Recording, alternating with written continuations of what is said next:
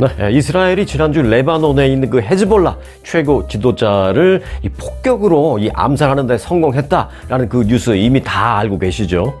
그런데 당시에 그 헤즈볼라 지도자 그 하산 나르알라라는 그 최고 지도자 수장은 뭐 아시다시피 고층 아파트의 그 지하 18m면 굉장히 깊은 거죠. 이게 뭐 몇 층인지를 정확하게 거기 나와 있지는 않습니다만, 공개되지 않았습니다만, 지하 18m 정도 되면 보통 한 지하 3, 4층 정도의 깊이는 될 겁니다. 굉장히 깊이 내려가 있다라고 볼 수는 있죠, 우리가. 그 지하 18m 아래 매우 깊은 그 곳에 있는 그 지하 시설에서 비밀 회의를 하고 있다가 이스라엘의 벙커버스터 폭격을 받고 사실상 암살당했습니다.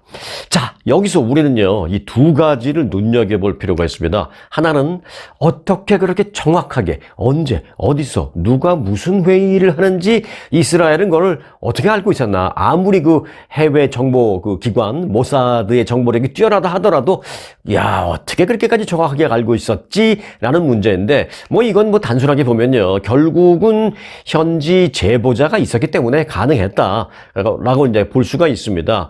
그를 실시간으로 추적하는, 물론 그 추적 시스템도 가동을 했겠습니다만은, 사실 이런 경우는 제보가 언제나 이제 결정적입니다.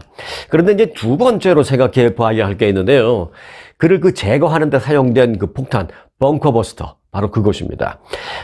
지난주에 있었던 이 사건으로 인해서 지금 지구상에 있는 한 사람이 나 지금 떨고 있니? 이게 옛날에 그 모래시계 대사입니다만은, 나 지금 떨고 있니? 라면서 벌벌 떨고 있는 한 사람이 있습니다. 그게 누구냐? 바로 북한의 김정은입니다. 지난 주말 이후에 미국의 그 군사 전문가들 일각에서는요, 이런 문제를 제기하고 있습니다. 김정은이 이 이스라엘이 헤즈볼라를 상대로 쏜 벙커버스터를 보고 가장 놀란 사람이 바로 김정은이다 라고 분석하고 있습니다. 이 폭탄들은요, 뭐 아시다시피 깊숙한 지하 구조물을 관통한 후에, 그리고 나서 거기서 폭발하도록 그렇게 설계되어 있는 겁니다. 그 뭐 지상에 꽝 떨어지자마자 폭발하는 게 아니라 먼저 관통 퍼스트, 관통을 하고 내려갑니다. 그리고 나서 18m, 20m 깊이에 들어간 후에 폭발합니다. 그렇게 이제 목표물을 효과적으로 타격할 수 있는 지하 타격 폭탄인데요. 자, 이런 벙커버스터는 60피트의 흙, 그러니까 60피트면은 미터로 본다면 약 한 18m, 요게 한 지하 3, 4층 되죠. 60피트의 흙이나 200피트, 그러니까 요거는 이제 미터로 본다면 한 60m 정도 됩니다. 60m의 콘크리트를 관통합니다. 어떻게 콘크리트보다 흙을 더 관통을 못하나? 반대로 말하면 어떻게 흙보다 콘크리트를 더 많이 관통을 하나? 라고 생각하실 수 있는데요. 사실은 이 지하를 관통할 때 콘크리트보다 흙더미를 관통하는 게 더 어렵다고 합니다. 이게 오히려 콘크리트는 어느 정도 힘을 가하면은 이게 깨지고 뽀개지고 하는데, 흙은 그렇지 않다라는 것이죠. 자, 그래서 흙은 한 18m 정도 관통할 수 있고, 콘크리트를 한 60m 정도 관통할 수 있는 GBU-37, 이것도 사용이 되었습니다. 자, 이스라엘은 당시 이런 괴력의 벙커버스터를 헤즈볼라 최고 지도자가 회의를 하고 있는 그 고층 아파트를 향해서 무려 100여 개를 쏟아부었습니다. 결국 지하 18m 깊이에서 그 회의를 하던 헤즈볼라 수뇌부는 시신조차 찾을 수 없을 정도로 완전히 괴멸됐습니다. 물론 그 아파트에 거주하던 민간인들의 피해는 뭐 두말할 것도 없습니다. 그래서 이제 지난 주말에 그 아파트 현장에 가본 한 기자의 말을 빌면요, 생존자는 아무도 당연히 찾을 수도 없고 부상자도 없을 정도였다라고 그렇게 말했습니다. 그러니까 완전히 그곳에 있던 모든 사람들은 전멸될 만큼 무시무시한 그 벙커버스터의 위력을 우리 모두가 보게 된 것이었습니다. 민간인들의 피해 문제가 지금 논란이 되고 있죠. 뭐 그 뉴스는 뭐 이것저것에서 많이 접하셨으리라고 생각이 되는데, 지금 이 시간에는 그 부분을 다루려고 하는 것은 아니고, 일단 그 벙커버스터를 다루려고 하는 것입니다. 이 벙커버스터와 김정은을 함께 생각해 보는 그 얘기입니다. 그런 그 벙커버스터를 그럼 이스라엘만 갖고 있느냐? 아니죠. 미국이 더 위력적인 벙커버스터를 더 많이 갖고 있습니다. 그걸 지금 뭐 갑자기 신경 쓰고 불안해하는 게 바로 이제 그 뉴스를 보고 가장 불안해하는 게 이제 김정은이다라는 얘기입니다. 일단 미국은 북한 김정은의 지하 벙커와 같은 깊이 위치한 그 목표물을 타격할 수 있는 그런 벙커버스터 무기를 실제로 다량 보유하고 있습니다. 이번에 이스라엘이 쓴 것만 봐도 알 수 있죠. 다 아시다시피 이 벙커버스터는 강력한 지하 요새, 지하 벙커, 그리고 지하 깊숙한 시설물들을 파괴하기 위한 특수 목적의 폭탄입니다. 대표적인 벙커버스터 무기 중에 하나, 앞서 제가 이제 GBU 28 말씀드렸죠. 28, 그 윗단계가 GBU 37인데, 이번에 사용된 것도 그렇습니다만은 미국이 갖고 있는 것은 그것보다도 훨씬 윗단계인 GBU 57이라는 무기를 갖고 있습니다. 이 폭탄은 무려 3만 파운드, 앞서 이스라엘이 사용한 건 5천 파운드라고 제가 말씀드렸죠. 이건 3만 파운드짜리입니다, 이거는.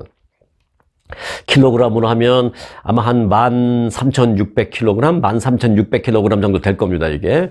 어마어마하게 큰 거죠. 그러니까 3만 파운드에 달하는 무게를 자랑하며 매우 두꺼운 콘크리트나 지하 깊숙이 위치한 목표물까지도 충분히 침투할 수 있도록 설계된 현존하는 가장 어마어마한 무시무시한 벙커버스터입니다. GBU 57. 이 GBU 57은 이 벙커버스터 중에서도 가장 강력한 무기로 꼽히고 있는데, 이제 미국이 자랑하는 거예요. 수십 미터 이상의 깊이에 위치한 목표물도 그냥 타격한다는 겁니다. 또한 그 외에도 뭐 앞서 말씀드렸던 거 많이 있는데, 걸프 전쟁 이후에 이제 개발된 그런 벙커버스터들이 많이 있습니다. 이제 그때 이제 미국이 깨달은 거죠. 아, 이게 다 이제 아랍, 중동 이쪽 사람들 보니까 전부 다 지하로 들어가서 이제 숨어 있구나. 그러니까 이 지하를 공격하는 것을 우리가 개발해야 되겠다. 그래서 이제 걸프전 이후에 미국이 개발을 이제 막 시도해서 지금 엄청난 걸 갖고 있습니다. 실제로요, 작년에 미국 공군이요, 미주리주에 있는 화이트맨 공군기지에서 앞서 제가 말씀드린 가장 무시무시하다는 그 GBU 57, GBU 57 벙커버스터 사진을 공개했습니다. 길이 6m, 직경 1m로 무게는 한 13톤에 달한다라고 합니다. 조금 차이가 있지만 다른 재원에 따라서 37, 57, 28 조금씩 다 다릅니다. 내부에는 그 고폭의 화약이 채워지는데 화약만 해도 무려 3톤이 채워진다고 합니다. 3톤 무게의 고폭 화약이 채워져 있는 그런 무시무시한 벙커버스터를 공개했습니다. 작년에 미국이 공개했습니다. 이 MOP라고 불리기도 하는데요. 이 폭탄은 지하 60m의 철근이 같이 섞여져 있는 콘크리트까지도, 그냥 단순 콘크리트가 아니라 철근이 섞여져 있는 그런 철근 콘크리트까지도 60m까지는 관통할 수 있어서 강력한 지하 벙커를 파괴할 수 있다는 게 가장 큰 강점입니다. 자, 이러한 무기들은 제가 왜 이걸 상세히 소개해드렸냐면, 이걸 가장 상세히 알고 싶어 하는 게 바로 김정은이기 때문입니다. 그래서 이런 무기들은 북한과 같은 지역에서 지하 깊숙한 그 지휘 통제소나 중요한 군사시설 등을 타격할 수 있는 능력이 있다라는 것 때문에 지금 북한이 갑자기 신경 쓰고 있는 것입니다. 미국은 필요시에 이를 사용할 수 있는 군사 옵션을 당연히 갖고 있습니다. 뭐 그렇다고 해서 북한에 대해서 뭐 언제든 사용할 수 있다, 이게 뭐 쉬운 일은 아닙니다만은, 일단 김정은의 입장으로서는 이번에 엄청난 장면을 목도하게 된 것입니다. 이스라엘이 헤즈볼라를 상대로 한 것을 보면서 이번에 우리가 본 이스라엘의 그 벙커버스터 기술력과 그 정밀 타격 능력이 입증된 만큼 김정은도 이 사건을 주의 깊게 살펴보고 있다는 것입니다. 김정은은 북한 내에서도 여러 그 깊숙한 지하 벙커를 여러 군데, 여기저기 뭐 한두 군데만 아니라 여러 군데 이제 언제 어디 들어가 있는지 잘 모르게 하겠다, 뭐 그런 마음으로 여러 곳을 갖고 있는 것으로 알려져 있고, 이제 그런 것을 기반으로 해서 자신의 안전을 지금 확보하고 있다라고 이제 알고 있습니다. 김정은은 특히 미국과의 긴장 속에서 지하 벙커와 같은 그런 시설에 철저하게 의존해 오고 있기 때문에 이번 사건이 이스라엘이 헤즈볼라를 완전히 벙커버스터로 초토화시켜버릴 수 있다는 걸 보여준 그 사건이 김정은의 경계심을 더욱더 강화시키고 있다는 것입니다.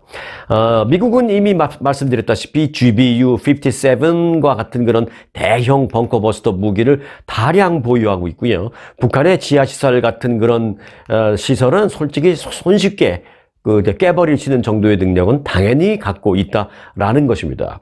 그걸 이번에 이제 이스라엘이 미국 대신에 어찌 보면 보여준 건데, 이에 따라서 이제 미국의 군사 전문가들 일각에서는요, 이스라엘이 사용한 벙커버스터가 실제로 얼마나 위력적인지를 멀리서 지켜보게 된 김정은은 자신의 안전에 대한 불안감이 지난 주말 이후에 더 커졌다라는 분석을 제기하고 있습니다.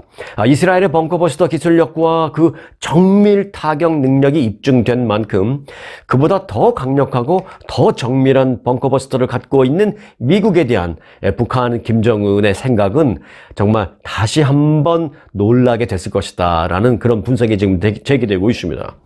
김정은은 그러면 이제 지하 60m가 아니라 지하 한 100m 이상 더 깊은 벙커를 만들어야 할까요? 이번에 이 사건을 보고 김정은은 자신의 군 그 지휘관들을 참모들을 불러서 이것보다 더 깊은 100m 이상 되는 더 깊은 지하 벙커를 날래 만들라우 뭐 이렇게 지시를 했을까요? 하여간 뭔가 김정은은 이제 불안한 마음에 무언가 이제 더 깊게 파려고 할지도 모르겠다라는 생각을 하게 되는 것입니다. 이스라엘이 헤즈볼라를 상대로 사용한 이 벙커 버스트를 보면서 우리는 왠지 모르게 김정은을 이렇게 쳐다보게 된다라는 것이고, 실제로 지난 주말 이후에 미국의 군사 전문가 일각에서도 김정은을 주시하고 있고, 또 김정은도 스스로 이 사건을 보고서 상당히 불안에 휩싸여 있는 상태다. 더 자신의 안위에 대해서 훨씬 더 불안감을 갖게 된 사람이 바로 김정은이다라는 그런 분석이 제기되고 있습니다.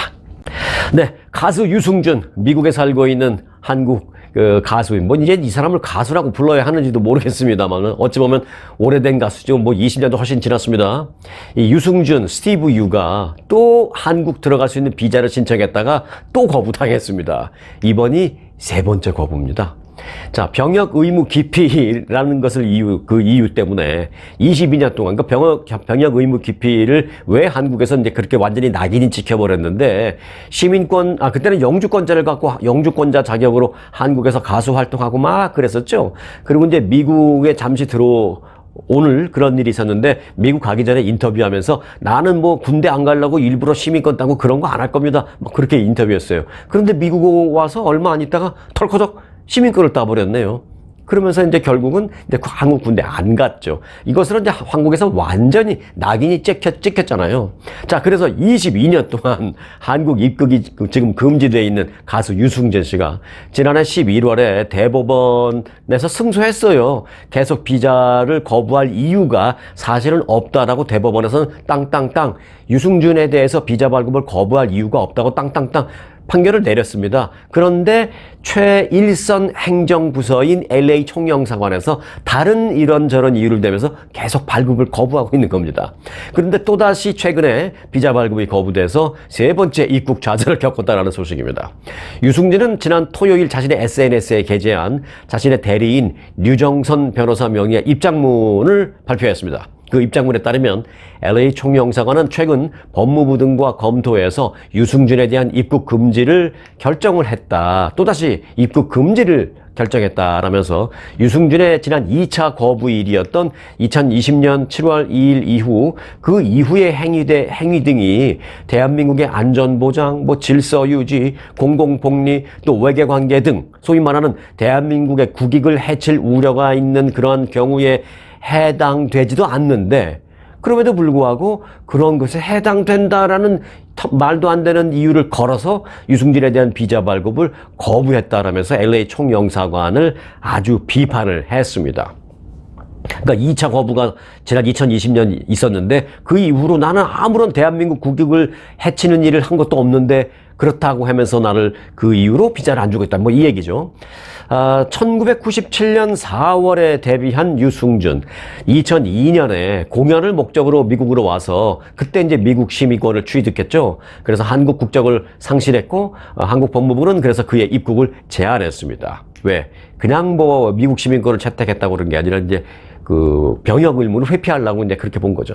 이후에 이제 유승준은 2015년 LA 총영사관에 재외동포 체류 자격으로 비자 발급을 신청을 했습니다만은 1차로 거부당했고, 또 이를 취소해달라라는 소송을 제기해서 승소까지 했습니다. 그럼에도 불구하고 이제 계속 이어지는데, 하지만 이제 LA 총영사관 최일선 공관입니다. 비자가 발급을 어찌 보면 현장 공간 입장으로서 재차 거부한 겁니다. 뭐 대법원은 그렇게 판결이 내렸다 하더라도 우리는 다른 이유 때문에 비자를 못 주겠습니다, 이거죠. 그래서 이제 재차 거부했고, 유승준은 그래서 이제 두 번째 취소 소송을 또 그때 제기했습니다. 그래서 지난해 11월 또다시 대법원에서 또 승소했어요. 유승준에게 비자 발급을 거부하는 건 이유가 안 된다, 땅땅땅. 그런데 대법원이 아무리 그렇게 해서도 최일선 LA 총영사관에서는 이제 이런저런 이유를 걸어서 계속 안 주는 겁니다, 비자를. 그 LA 총영사관의 유승준 비자 거부는 그래서 이번이 세 번째입니다. 유승준 씨를 대리하고 있는 류정선 변호사는 이는 그 행정청이 이 법원의 판결마저도 무시하는, 행정기관이 법원의 판결을 무시하는 소위 위법한 처분이다라고 말하면서 유승준에 대한 인권 침해다라고 말하고 있습니다. 또 법치주의 근간을 훼손하는 중대한 문제다 막 이렇게 비판하고 있습니다. 하지만 LA 총영사관은 이런저런 이유를 걸어서 이제 비자를 계속 안 주고 있는데, 안 주고 있는 결정적인 이유는 뭐예요? 한 가지입니다. 한국 국민들 정서 때문입니다.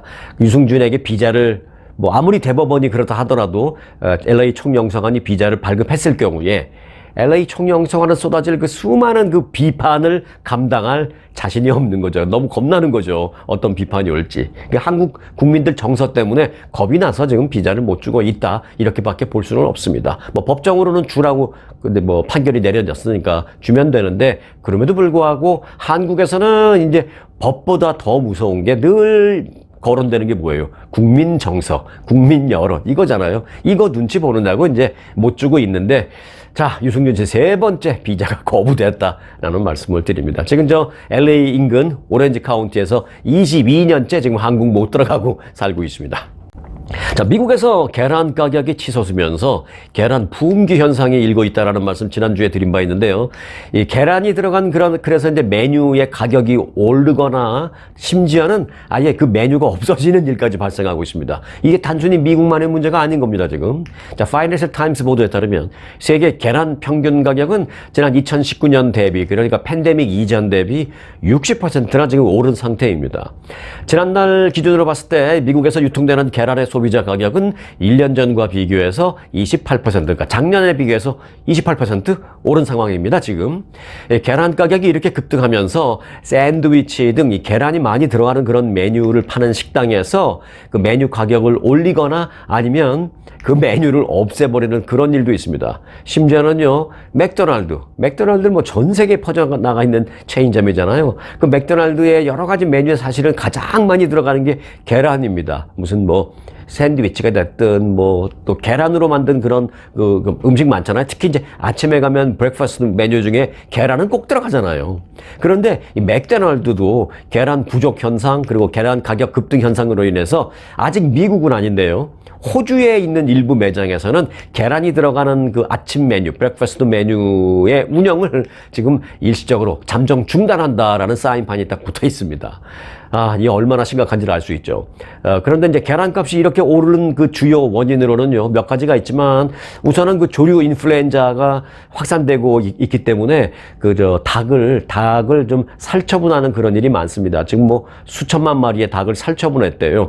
그래서 이제 계란 생산이 줄어들었죠. 그게 이제 가장 큰 원인이고, 그 외에는 지금 소비자들이 최근에는요, 좀 친환경적이고 그러면서도 그 저렴한 단백질을 얻을 수 있는 그런 그 음식으로 계란을 굉장히 요즘 많이 먹습니다. 그래서 계란 그 소비가 많이 늘어나면서 생산은 줄었는데 소비가 늘고 막 이러면서 이제 가격은 오르고, 그래서 이제 가격 상승 요인이 되고 있습니다. 하나 더 굳이 더 요인을 찾자면 러시아와 우크라이나 그 전쟁으로 인해서 사료 가격이 좀 많이 올랐습니다. 그래서 그 계란을 생산하는 그 닭들에게 주는 그 사료 가격이 올랐기 때문에 계란 가격도 같이 올라갈 수밖에 없는 뭐 여러 가지 이렇게 이유 중에 하나 이런 것도 있다라는 분석입니다. 자, 초대형 허리케인 헐린 얘기를 안 할 수가 없습니다. 플로리다를 중심으로 해서 이제 미국 남동부 지역을 강타한 그 허리케인 헐린으로 인해서 사망자가 89명까지 늘었습니다. 어쩌면 이제 90명을 넘었을지도 모르겠는데요. 태풍 피해액은 무려 1,100억 달러에 이를 수도 있다라는 분석입니다. CNN 보도에 따르면 사우스캐롤라이나주, 그다음에 플로리다주, 또 조지아, 노스캐롤라이나, 또 버지니아주 등에서 이제 헐린으로 인한 사망자가 최소 89명으로 잠정 집계됐다라고 합니다. 이 헐린은 전체 5등급 허리케인 등급 중에서 두 번째로 높은 4등급까지도 올라갔다가 이제 내려갔습니다. 그래서 이제 그 4등급으로 올라갔을 때 플로리다를 상륙했죠. 그래서 완전히 플로리다를 초토화시켜 버렸습니다. 그리고 움직이면서 조지아주를 거쳐서 사우스캐롤라이나 그리고 노스캐롤라이나 층을 훑고 지나갔습니다. 이 광범위한 피해를 그래서 냈죠. 폭우와 강풍은 물론 몰아쳤고요. 그래서 주택과 도로가 파괴되고 수백만 가구의 정전과 단수 피해가 지금 났습니다. 하지만 지금은 이 헐린이 이제 그렇게 확 훑고 지나가면서 이제 점점 이제 허리케인이라는 게 바다 한가운데서 이제 기압의 변동으로 인해서 생겨나잖아요. 그러면서 이게 움직이면서 내륙으로 들어오는데 내륙으로 상륙을 하면 허리케인은 일반적으로 이제 그 세력이 조금씩 약해지는 게 항상 그게 이제 특성입니다. 그렇지만 이제 약해지게 좀 빨리 약해지면서 소멸이 돼야 되는데 지금 이번 헐린처럼 좀 너무 천천히 약해지면 이 훑고 지나가는 범위가 너무 광범위한 거죠. 여하튼 이렇게 광범위하게 훑게 지나가면서 지금 세력이 많이 약해져서 지금은 허리케인에서는 이제 벗어났고요. 지금은 그저 열대성 저기압 수준으로 좀 약해졌고 오늘 안에는 완전히 소멸될 것으로 그렇게 예상되고 있습니다. 허리케인 헐린 오늘 이렇게 소멸되고 말 것인데 그때까지 왜 이렇게 강력하게 휘몰아쳤는지 지금 피해가 정말 이만저만이 아닙니다. 그래서 연방재난관리청 FEMA라고 하죠. FEMA가 지금 비상사태로 선포한 주만 해도 6개 주입니다. 아까 제가 말씀드렸던 그 주를 중심으로 6개 주에 비상사태가 선포됐고 그리고 3천여 명의 인력을 현장에 투입해서 구조작업 그리고 청소작업 오늘부터는 그렇게 벌이고 있다라는 것입니다. 구독자 여러분들 중에서 이제 그 지역에 사시는 분들이 적지 않은데 좀 피해가 없으신지 주말 동안에 좀 걱정되더라고요. 별 피해가 없으신지 안전하면 안전한 대로 좀 댓글로 여러분들의 좀 안녕을 좀 전해주시기 바라겠습니다. 자, 트럼프 전 대통령이 어제 해리스 부통령을 향해서 뭐라고 말했냐면 인신공격을 했는데 뭐라고 인신공격을 했냐면 정신장애자다라고 얘기했습니다. 정신장애자. 트럼프 전 대통령은 어제 그 대선 핵심 경합주인 펜실베니아주 그 유세에서 삐뚤어진 조 바이든은 정신장애를 갖게 됐다. 슬프다. 슬픈 일이다라고 말하면서 또 거짓말하는 카멜라 해리스는 솔직히 정신장애를 갖고 태어난 사람이라고 나는 믿는다. 라고 말했습니다. 카멜라 해리스의 그 부모님이 들으면 좀 가슴 아프겠어요.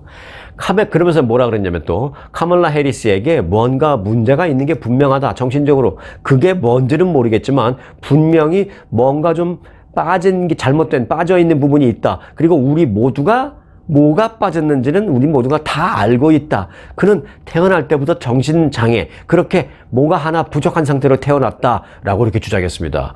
인신공격인데도 상당히 디테일한 공격입니다. 이렇게 되면. 자, 트럼프 전 대통령은 그 전날 위스콘신주 유세에서도 정신적으로 손상이 있고 또 정신장애를 갖고 있다라면서 근거 없는 해리스 부통령에 대한 인신공격성 발언을 계속 내놨는데 지난 주말 동안에 계속 그랬습니다. 그래서 그 내용을 들은 일부 공화당 내 인사들로부터도 좀 이건 좀 너무 지나치다라는 비판을 받기도 했었습니다. 하지만 그런 공화당 내의 조언이나 비판을 완전히 무시하고 트럼프 전 대통령은 인신공격을 주말 내내 되풀이했다라는 것입니다. 그의 발언은 이제 바이든 행정부 출범 이후에 남북 국경을 통해서 유입된 불법 이민자의 증가가 미국의 치안 불안의 문제가 되고 있다라면서 유죄 판결을 받은 악랄하고 잔인한 살인범 13,099명. 그런데 이제 이 13,099명이라고 트럼프 전 대통령은 굉장히 디테일한 숫자를 계속 얘기하고 있어요. 이게 한두 번 얘기한 숫자가 아닌데 이 13,099명이 어디서 나온지는 사실은 정확한 근거는 제시되지 않고 있습니다. 언론에서도 이 13,099명을 찾아봤는데 정확한 근거는 없습니다. 그래서 하여간 13,099명의 악랄한 살인범을 미국에 들어오게 만든 그 장본인이 바로 해리스다라고 계속 얘기하고 있습니다. 이 근거 없는 수치를 거듭 주장하면서 인신공격, 정신병자, 정신장애자 이런 인신공격을 지난 주말 내내 그렇게 선거 유세를 했었다라는 얘기입니다. 자, 이스라엘과 레바논의 그 친이란 무장정패 헤즈볼라 간의 전면전 위기. 앞서 제가 벙커버스도 얘기를 해드렸지만 그때는 이제 이스라엘 얘기보다는 이제 북한 김정은 얘기를 해드리느냐고 전해드린 거고, 지금 이건 이제 지상전 관련된 위기 얘기입니다. 그 전면전 위기가 고조되고 있는데요. 그래서 이제 미국 정부가 중동 지역에 미군을 추가로 배치했다. 그리고 또 더 추가로 배치하기 위해서 준비를 더 강화하고 있다. 이 얘기가 나오고 있습니다. 미국의 로이드 오스틴 국방장관은 최근에 여러 가지 일련의 사태와 관련해서 미군의 추가 증강 배치를 했다라고 말하면서 다양한 우발적인 사태에 대응할 미군의 대비 태세를 주말 동안에 우리는 강화했다라고 말했습니다. 미군의 이런 움직임은요, 이스라엘이 최근 그 표적 공습으로 앞서 말씀드린 그거 헤즈볼라 수장 하산 나스랄라를 비롯해서 고위급 지도부 및 지휘관을 일거에 제거한 그 벙커버스터 공격, 그 이후에 이란이 끼어들면 정말 힘들어집니다. 이게 뭐 자칫하면 세계대전, 세계대전까지는 아니어도 제5차 중동전쟁 이런 얘기가 나올 정도로 이란이 지금 아주 걱정인데, 이란도 보복을 천명했습니다. 물론 자신들이 직접 나가는 것까지는 아닐지 몰라도 이란도 가만히 있지 않겠다 이렇게 얘기를 했습니다. 그래서 중동 전역에 지금 고조되고 있는 일촉즉발의 상황이 전면전으로 확대되는 것을 차단하기 위해서 미국이 선제적으로 중동 지역에 그 미군을 증강 배치, 추가 배치한 것으로 풀이되고 있습니다. 국방부의 라이더 대변인은 오스틴 장관이 국방부 수뇌부와 함께 중동 지역의 미국인과 또 미국 군대를 보호하고 이스라엘을 추가적으로 방어하고 이제 억지력을 늘리기 위해서 우리 미군을 추가 배치했다. 미군을 증강 배치한 것이 사실이다라고 시인을 했습니다. 라이더 대변인은 이어서 미국은 중동에 단기간에 그 병력을 배치할 능력을 언제든지 갖고 있을 뿐만이 아니라 상당한 규모의 역량을 현지에서 유지하고 있고, 또 계속 하루가 다르게 변화하는 그 안보 상황에 따라서 군사태세를 역동적으로 유동성 있게 탄력적으로 조정을 하고 있다라고 말했습니다. 한마디로 말해서 즉각 증강 배치 얼마든지 가능하다, 이제 그 얘기입니다. 그리고 백악관도 현재 중동 지역에 예전보다 훨씬 더 많은 미군 병력이 배치되어 있다라고 확인을 했습니다. 자, 존 커비 백악관 국가안보 보좌관은 어제 그 ABC 방송에 나와서 인터뷰를 했는데요. 이렇게 말했습니다. 정확한 숫자나 또 증강 배치된 미군이 어떤 부대인지 그런 것에 대해서는 정확하게 공개할 수는 없지만, 우리는 그 지역에 추가 병력을 추가적으로 더 증강 배치한 것만은 사실이다. 이러면 시인하겠다. 그렇게 백악관도 말을 했습니다. 미국의 제39대 대통령, 지금 가장 오래 살고 계신 대통령, 이제 누군지 아시겠죠? 네, 지미 카터. 39대 미국 대통령이 이제 지미 카터인데, 지미 카터 대통령이요, 내일 100세 생일을 맞습니다. 지미 카터 대통령은 언제 태어나셨냐면 1924년에 태어나셨습니다. 1924년 10월 1일생이십니다. 그래서 지미 카터 전 대통령은 조지아주 플레인스의 자택에서 이제 내일 100번째 생일을 맞게 됩니다. 그래서 100번째 생일 케이크를 자르기 위해서 지금 생일 파티 준비가 이루어지고 있다고 합니다. 지난 17일에는요, 미리 그 애틀란타의 그 박스 극장에서 그의 100세 생일 축하 콘서트도 미리 열리기도 했었습니다. 지미 카터 전 대통령 피부암을 앓고 있는데요. 흑색종이라고 하죠. 이제 피부암의 일종인 흑색종이라는 병을 앓고 있는데, 작년 2월부터 그래서 이제 치료는 그냥 중단하고요. 고통을 좀 줄이고 그냥 그대로 편안하게 사실 수 있도록 소위 말하는 연명 치료는 안 하고 호스피스 케어, 호스피스 케어를 쭉 받고 계신데, 대부분의 이제 호스피스 케어를 받으시면 보통 짧으면 두세 달, 좀 길어도 한 6개월 정도 이렇게 가시는 분들이 평균적으로 보면 그런데요. 물론 호스피스 케어를 잘 받으시면서 더 오래 가시는 분들도 계시지만 이제 평균적으로 보면 그렇다라는 건데요. 평균적인 그 몇 달이라는 그 기간을 훨씬 더 넘겨서요, 지금 계속 잘 살아오시고 계십니다. 상당히 놀라운 일로 의료계에선 받아들여지고 있습니다. 작년에 11월 19일에는 평생의 동반자였던 부인 로잘린 여사를 잃으셨잖아요. 로잘린 여사도 오래 살으셨어요. 96세에 돌아가셨는데 그렇게 아내를 먼저 보내는 아픔을 겪었는데도 지금껏 잘 버티고 계십니다. 그리고 이제 그 어려움을 겪은 후 지금 처음으로 돌아오는 생일을 지금 하루 앞두고 있는 겁니다.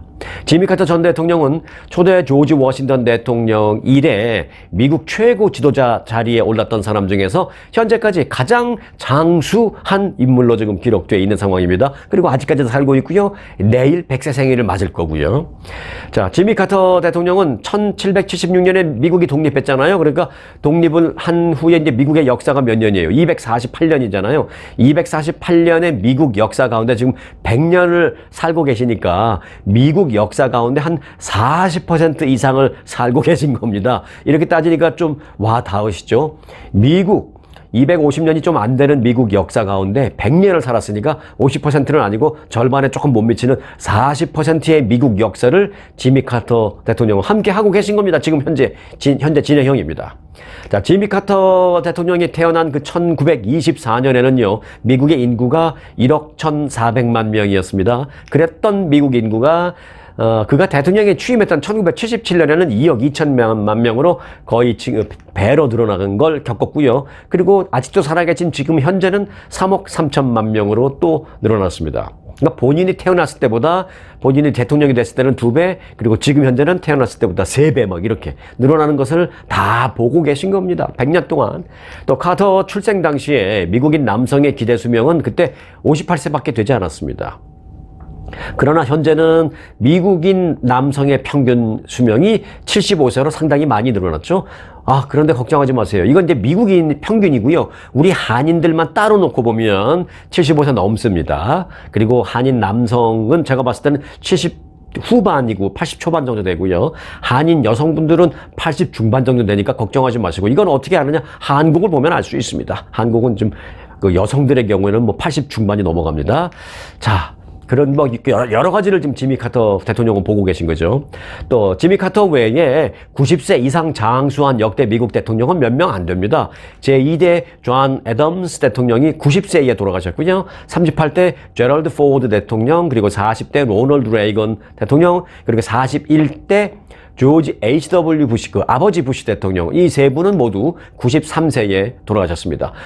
이분보다도 지금 지미 카터 대통령은 훨씬 더 오래 사시는 거죠. 자, 내일 100세 생일을 맞으십니다. 지미 카터 대통령의 내일 100세 생일을 미리 축하드리면서 그의 건강은 물론 이 영상 시청하시는 우리 모든 구독자 여러분들의 건강한 오늘 하루가 또 되시기를 함께 기원합니다. 오늘 영상 마칩니다. 대통령상 수상에 빛나는 초특급 아주 투어 모국 관광. 아주 모국 관광의 인기 비결은 전 일정 5성급 호텔의 럭셔리 숙박. 아주만의 27인승 VVIP 버스. 엄선된 맛집들이 선사하는 최고의 식사. 고객들의 표정이 증명하는 아주 단독 모국 관광은 그 누구도 따라할 수 없는 최고 인기 관광입니다. 건강검진도 모국 관광과 함께 하시면 훨씬 더 편리합니다.